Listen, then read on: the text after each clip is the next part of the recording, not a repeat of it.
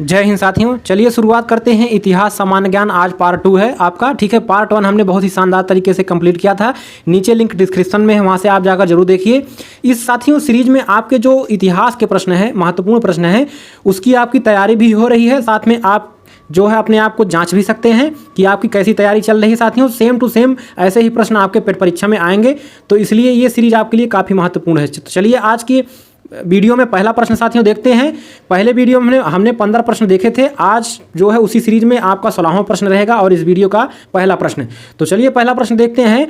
पहली सहायक संधि कौन सी थी? तो पहली सहायक संधि कौन सी थी साथियों, काफ़ी महत्वपूर्ण प्रश्न। आपकी निजाम, ठीक है, निजाम की जो साथियों संधि हुई थी, प्रथम सहायक संधि आपकी 1798 ईस्वी में कब हुई थी? पहली सहायक संधि, अगर प्रश्न आता है पहली सहायक संधि कब हुई थी? 1798 ईस्वी में। और निजाम ने जो है पहली सहायक संधि पर हस्ताक्षर किए थे, कहाँ पर? हैदराबाद में। तो आपका उत्तर बी हो जाएगा। अगला प्रश्न है, कर्नाटक संगीत का पितामह किसे कहा जाता है? तो कर्नाटक संगीत का पितामह साथियों आपके पुरंदर दास को कहा जाता है। तो ऑप्शन सी आपका सही हो जाएगा।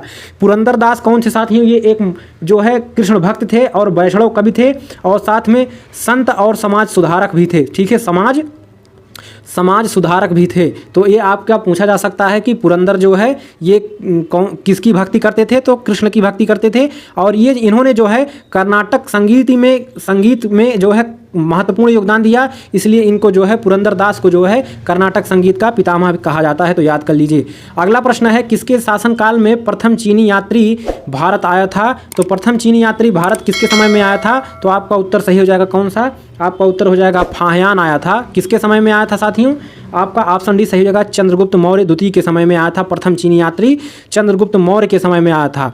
तो आपका प्रश्न आता है कि प्रथम चीनी यात्री किसके समय में भारत आया था? तो चंद्रगुप्त मौर्य द्वितीय के समय में आया था और उस चीनी यात्री का नाम क्या था?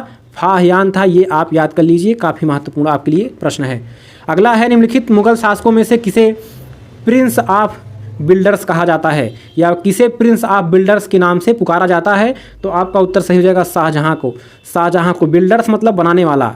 तो शाहजहां ने काफ़ी इमारतों और महलों को जो है बनवाया था, काफ़ी जो है जगहों का निर्माण करवाया था। तो आपका जो है प्रिंस ऑफ बिल्डर्स यानी कि राजकुमार, यानी कि निर्माणकर्ता का राजकुमार, ठीक है। तो ये किसको कहा जाता है? आप इस तरह से याद कर सकते हैं आसानी से। तो शाहजहां को कहा जाता है, ठीक है। चलिए अगला प्रश्न देखते हैं। सिख समुदाय के अंतिम गुरु कौन थे?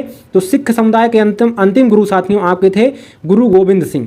गुरु गोविंद सिंह आपका ऑप्शन सही हो जाएगा, ठीक है। और प्रथम गुरु कौन थे अगर पूछा जाए? सिख समुदाय के प्रथम गुरु नानक देव, ठीक है। कौन थे? गुरु नानक देव थे, ठीक है। और अंतिम गुरु गोविंद सिंह, ठीक है। तो ये आपका ऑप्शन सी सही हो जाएगा। अगला प्रश्न है, कुचिपुड़ी नृत्य कहाँ आरंभ हुआ? कुचिपुड़ी नृत्य साथियों आपका उत्तर सही हो जाएगा। Option B Andhra Pradesh. तो जो कुचिपुड़ी नृत्य है ये कहाँ आरंभ हुआ था? आंध्र प्रदेश में। और अब पूछा जाता है कि कुचिपुड़ी नृत्य कहाँ का है? तो आंध्र प्रदेश में। इस तरह से अब प्रश्न आते हैं आपके, ठीक है। अगला प्रश्न है, चित्रकला की गांधार शैली का सूत्रपात किसके द्वारा किया गया था? तो चित्रकला की जो गांधार शैली थी उसका सूत्रपात किसके द्वारा किया गया था? तो आपका ऑप्शन सही हो जाएगा महायान संप्रदाय। जो साथियों जैन धर्म का महायान संप्रदाय था उसके द्वारा ही आपका गांधार शैली चित्रकला की जो है सूत्रपात किया गया था। तो आपका उत्तर बी हो जाएगा। अगला प्रश्न है, ताजमहल की डिज़ाइन तैयार करने वाला वास्तुकार कौन था? तो ताजमहल की डिज़ाइन तैयार करने वाला ऑप्शन बी सही हो जाएगा, उस्ताद ईसा आपका ऑप्शन बी बिल्कुल सही जवाब हो जाएगा। एक एक प्रश्न साथियों काफ़ी महत्वपूर्ण और इम्पॉर्टेंट है, तो वीडियो पूरा जरूर देखिएगा। अगला प्रश्न है, बौद्धों के विश्वास के अनुसार गौतम बुद्ध का अगला अवतार किसे माना जाता है? अगला अवतार साथियों कल्कि को माना जाता है। कल्कि आपका ऑप्शन ए सही हो जाएगा। बौद्धों में विश्वास है कि अगली बार भगवान गौतम बुद्ध जन्म लेंगे किसके रूप में? कल्कि के रूप में, ठीक है। अगला प्रश्न है आपका, सम्राट अकबर ने निम्नलिखित में से किस महल का निर्माण फतेहपुर सीकरी में करवाया था? तो आपका फतेहपुर सीकरी में साथियों अकबर ने पंचमहल का निर्माण करवाया था। और फतेहपुर सीकरी में साथियों क्या है? बुलंद दरवाज़ा। ये काफ़ी बार परीक्षा में पूछा जाता है। बुलंद दरवाज़ा कहाँ पर है? फतेहपुर सीकरी में है, ठीक है।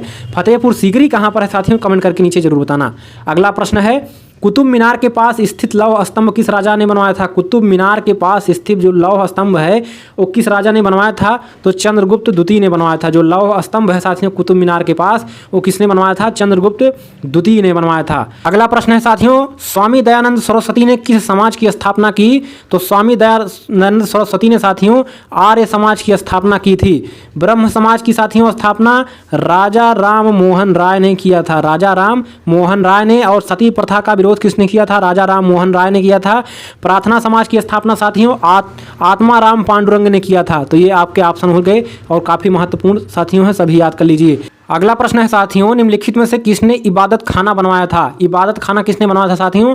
अकबर ने बनवाया था। ठीक है, तो काफी महत्वपूर्ण है, इबादत खाना किसने बनवाया था? अकबर ने बनवाया था। अगला प्रश्न है, भारत की प्रथम महिला शासक बनी थी। महिला शासक कौन बनी थी साथियों? रजिया बेगम, जिसको रजिया सुल्तान भी कहा जाता है। और कहाँ की शासक बनी थी रजिया सुल्तान? दिल्ली की। ये किसकी पुत्री थी? इल्तुतमिश की थी। नीचे कमेंट करके जरूर बताना क्या सही है। अगला और लास्ट प्रश्न साथियों, तो आज की वीडियो में हमने 15 क्वेश्चन देखे महत्वपूर्ण, और पिछली वीडियो ना देखी हो तो नीचे डिस्क्रिप्शन में लिंक है, जरूर देखना। तो कितने उत्तर आपके सही हुए नीचे कमेंट करके जरूर बताइएगा। अगला और लास्ट प्रश्न है, टीपू सुल्तान कहाँ का शासक था? तो टीपू सुल्तान साथियों आपका कहाँ का? मैसूर का शासक था। तो ऑप्शन सही हो जाएगा सी। अगली वीडियो में मुलाकात होगा, तब तक के लिए नमस्कार, जय हिंद, वंदे मातरम।